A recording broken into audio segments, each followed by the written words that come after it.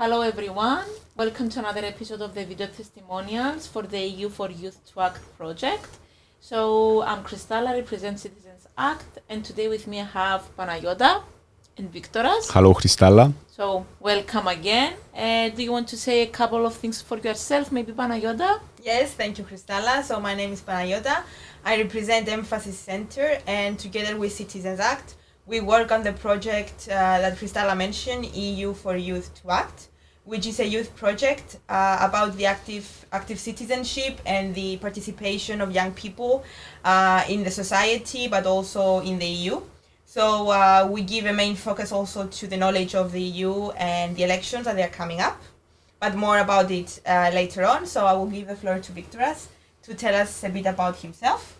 Thank you, Panayiota. Hello, everyone. My name is Victoras. I am an environmental scientist and I have a master's in environmental policy and management. And on a voluntary basis, I am involved in various non-governmental organizations and activist movements. Can you tell us a bit more about them? Because you are the first one we have that actually can say with confidence that he participates actively in the society. Yeah, so I'm involved mostly with environmental organizations across Cyprus, but I am involved also in other topics such as the climate justice and in terms of with refugees, the civic empowerment, civic education, and all of this kind of cool stuff. So how did you learn about this stuff? Like, was it at school or was it something, a personal interest that you said, okay, I really want to get involved in this kind of initiatives? Basically, the basis of all this is the need to make a change, looking around you in the society, in the environment, and seeing things that should not be the way they are. So you are trying to look for solutions. So the first one, you think, okay, what can I do in terms of changing my habits, changing the way I live, the things that I do, but at the end, this is not enough. And a single person, yeah, they can have a change, but institutional change is more important. Therefore, that's why I ended up getting involved into many initiatives that support the change from top, from like governmental and European level. Okay, do you think that a lot of people in Cyprus are participating in these kind of initiatives, or do you think that we need to improve? So in Cyprus, from my own experience, is that if I go to environmental activist movement and if I go to, for example, a peace-building activist movement, and basically all of the organizations that are involved in civic activation and activism is basically the same people. So it's just like a circle of people just rotating from one NGO, from one activist protest to another. And this is very sad to see, to be honest. Even though there are a lot of people, it's still the same people. Yeah. It's not everyone. And when I go outside of my circle, I always see people that really don't care. They have no idea what the EU is doing for them, even though not everything that the European Union is perfect for us. But most of the stuff that is funded by the European Union, it's very, very good, and it promotes the citizens, not just the government. So it's very sad to see that people do not realize, they do not recognize the money and the effort that the EU has in Cyprus. So I don't know if you want to ask anything, Chrystalla. It's very interesting, to be honest, because yes, you are the first person, let's say, which we have contact that is activist and you know a lot of things about EU. So it's very, very interesting.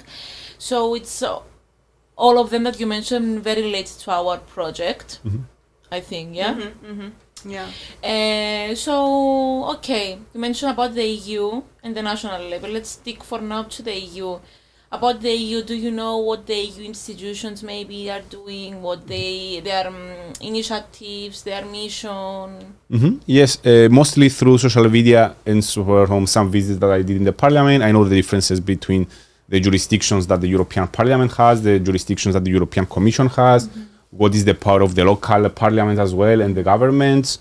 So yeah, I am aware of the differences, and depending on what you are trying to do and what you are trying to promote, you need to address a different institution, because everyone thinks, okay, just the laws coming from the EU, or basically it's just some parliamentary members in the EU just getting money and doing nothing, which is completely wrong in both ways.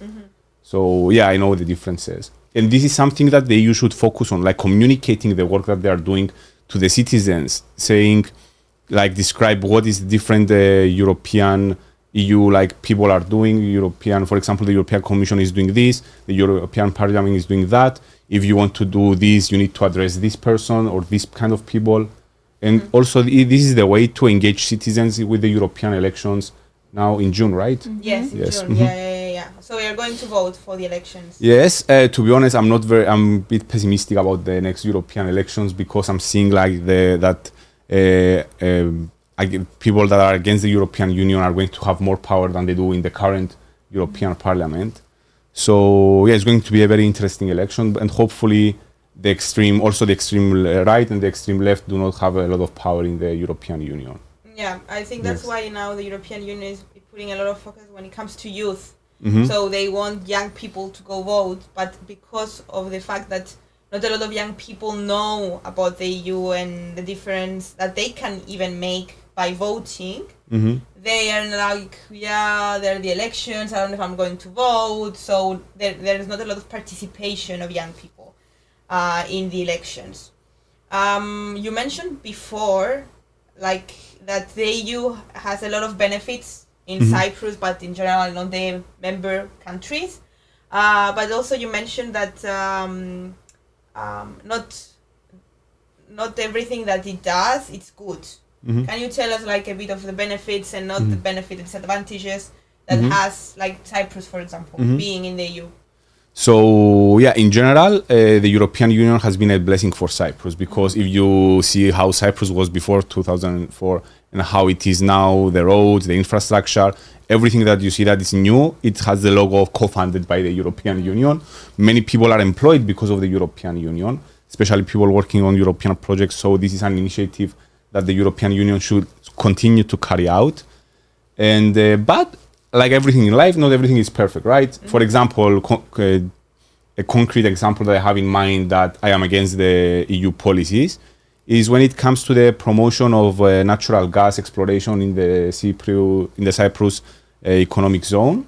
They are going to fund the project that is going to drill gas from the Cyprus Sea, but I am against that. I believe that more investment should be put into renewable energy sources instead of trying to dig out and create a new liquefied natural gas station in Cyprus. So this is an example, but this is just my opinion, which is based on evidence. But yeah, that's why it's called video testimonial, and I mean, your opinion is very important. Yes. Also for our project, and I think for everyone that is watching these video testimonials. So yeah. What about the Green Deal? I have, like, because you started talking about more environmental stuff, so that's why I'm asking you, because the European Green Deal was a huge thing and still is. It is a huge thing, and this is the problem now with the new European elections. So it was this parliament that voted for the European Green Deal, which is very, very ambitious, and it should be ambitious because we are talking about the climate catastrophe ongoing right now. They have managed to pull this plan out with all of the initiatives, all of the fundings, even though COVID affected it as well. And all of the other crises that the European Union is having at the moment, like the migrants crisis. So yeah, it's very ambitious. It should be ambitious, but with the new parliament going on, I'm really afraid that that is going to be adjusted and going to change and not be as ambitious as it should be. And we are already seeing that countries are failing their targets when it comes to meeting the targets that are set by the European Green Deal. Yeah. So this is where the need for even more ambitious targets and more funding to go on the European Green Deal, just to make sure that the EU reaches its target and be carbon neutral. Great, thank you. That was really interesting, actually. I don't have anything else to add. I don't know if Chrystalla has anything else. I think we covered a lot of things on this Thank you very much. The pleasure was mine. Do you have anything else to add, or? I'm really waiting forward for the results of this project because it seems very, very interesting. We'll be in touch for sure, and your input is very, very important for this project. So let's see the results. Yeah. Perfect. So thank you very much, guys, all of you. If you want to learn more about the project, feel free to check our website and our social media. And of course, we will be in touch for more updates. Thank you very much, everyone. Thank you. Thank you.